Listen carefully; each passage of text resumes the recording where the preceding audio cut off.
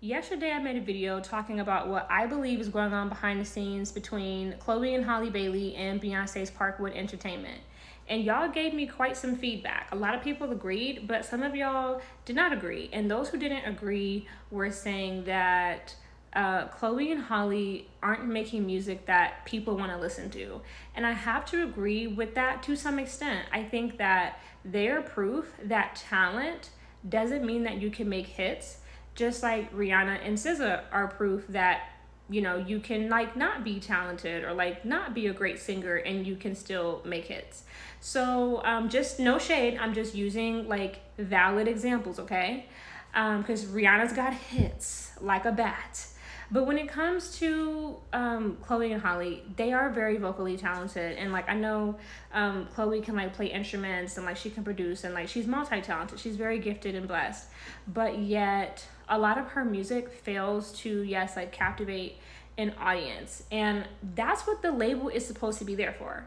The label is supposed to be able to spot raw talent and be like, you know what, this has potential. I want to mold this into something that can be big. That's the whole point of signing a record label. If you already have your own motion, you probably shouldn't sign.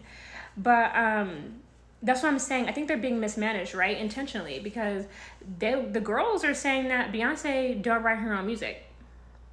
You know what I'm saying? That's been talked about. The credits show that she doesn't write a lot of that stuff, but yet she has access to a lot of great talented people who we'll never really know, who can help her make hits and help her make the music that we love. And so part of Chloe and Halle signing to her was for her to give over some of her producers and her writers to help these girls be talented, or help them be big, help them make music that would resonate with the general public and the masses, right? And so they're not doing that though. So it's what's the whole point of being signed to Beyonce and you're not again getting invited into those writers' rooms? You're not getting that studio time with the dream. You're not getting records written, or just getting again the artistic development that's supposed to come along with a star as big as Beyonce, and with her contact list. You're not getting access to that stuff to help you reach your full potential. So that's what I'm gonna say as far as that. But I do agree that yes, the music isn't really hitting. And when it comes to Chloe had a song on the show Swarm called Killu, and it actually was really good, but they never released the full song. I think the song was just a demo for the show, and it's that song sparked my attention, and it's but they didn't ever again make it a full release. That's what I'm saying, it's coming off to be very intentional.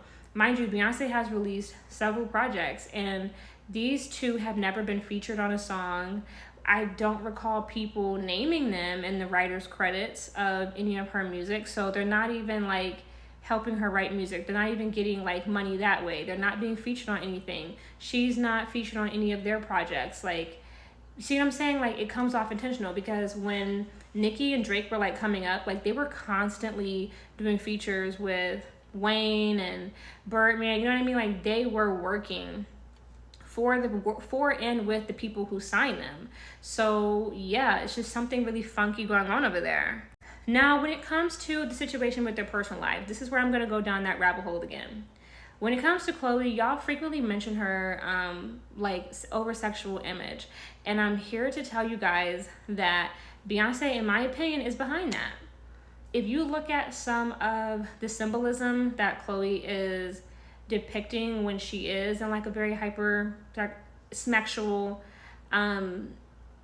image, it comes off like beta kitten programming, and that is code word for industry programming.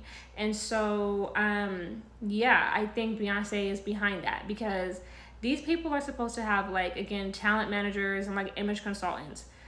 Do you really think that anything that they do is going to be able to come out or happen or be produced, be released without their label approving it first? That's the whole point of having a label. A label controls what you put out, when you put it out, how you put it out, and they control if none of that happens at all. So do you really think that if Beyonce didn't want Chloe to act a fool on the Treat Me song or another song where she was dancing around like a wild alley cat, do you think that if Beyonce didn't want that for her, that would ever happen?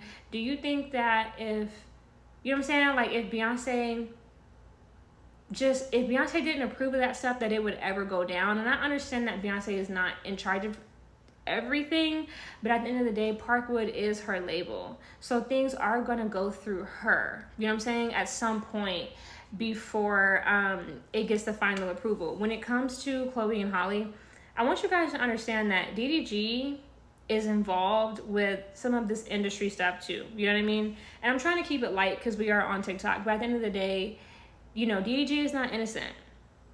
Success is not free, especially once you start getting to certain levels and in front of certain crowds and like you work with certain people. Like, this always gave industry relationship, and you know it's industry relationship that has like a purpose when, because notice like this trend of like girls in the industry, like they get with these fly-by-night dudes, they get pregnant, the baby comes, and then boom, they're done.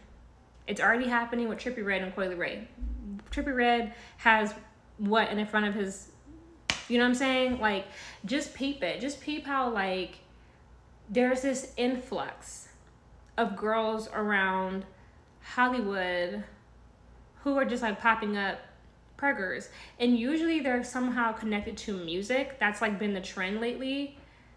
But just notice that, like, it's not by accident, and like them and the baby daddy like never stick it out. Like, that should raise like a red flag. Like, okay, why is this happening all over the place? And it's like, I get it, it's that happens to people that we know in everyday life, but these are people who have like careers that are on the rise.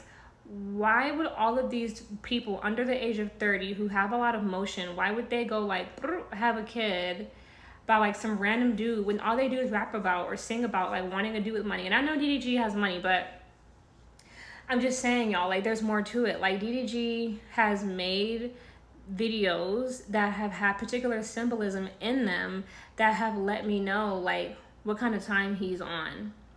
And you know what somebody said too? I wanted to say this before I got off. Somebody said that they wouldn't be surprised if one of these two lose their voice and then Blue Ivy comes out singing. She comes out as a singer. And I think it might be her, because if you recall the movie Little Mermaid, right? Little Mermaid gave her voice up for her freedom. So if there's any truth to these two wanting to get out of that contract, she might have to give up her voice to Ursula to be able to walk away. Let's talk in the comments. What do y'all think? This is part 2.